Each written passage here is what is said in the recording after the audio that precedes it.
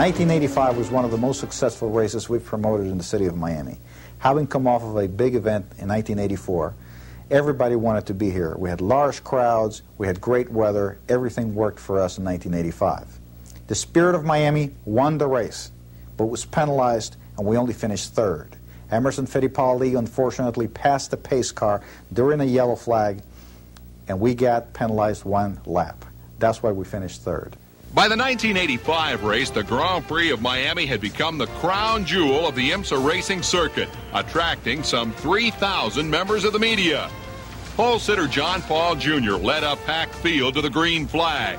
He and co-driver Bill Adam would not finish. At the end of the first hour, the Al Holbert Derek Bell Porsche held a narrow lead over the Hobbs Grassfield Chevy March. A short time later, Fittipaldi was left from his car in the pits to confront a race official. I got behind the pace car, being the leader of the race, and the guy waved me by. And I remember I was pointing to him. I said, no, I'm number one. I'm leading the race. Like I'm trying to talk to him to the pace car. And he was getting very irritable, and he was very nervous and waved me outside saying, you have to go by, you have to go by. And I hesitated. I said, that's not right. I mean, I'm leading the race. How I can pass the pace car? I should be behind the pace car. But he insists so much, I pass him, even go driving next to him. I look in the window, my car was lower than the pace car. I put my head down, and again I pointed, I'm leading the race. And he was, by then the guy was very nervous, like, get out and just go.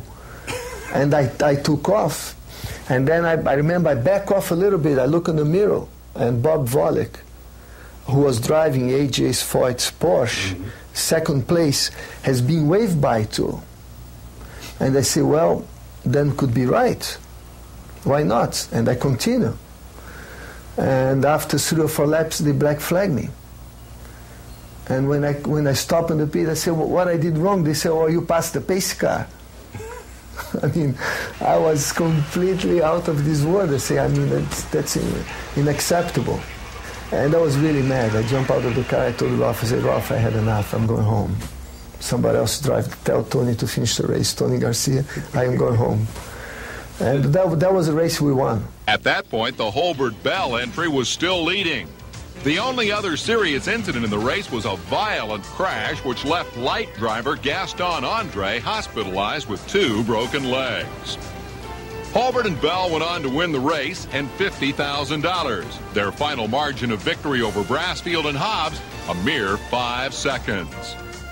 The 1985 first was $250,000, richest in the history of sports car racing. Again, the track and the race drew praise from drivers such as co-winner Derek Bell.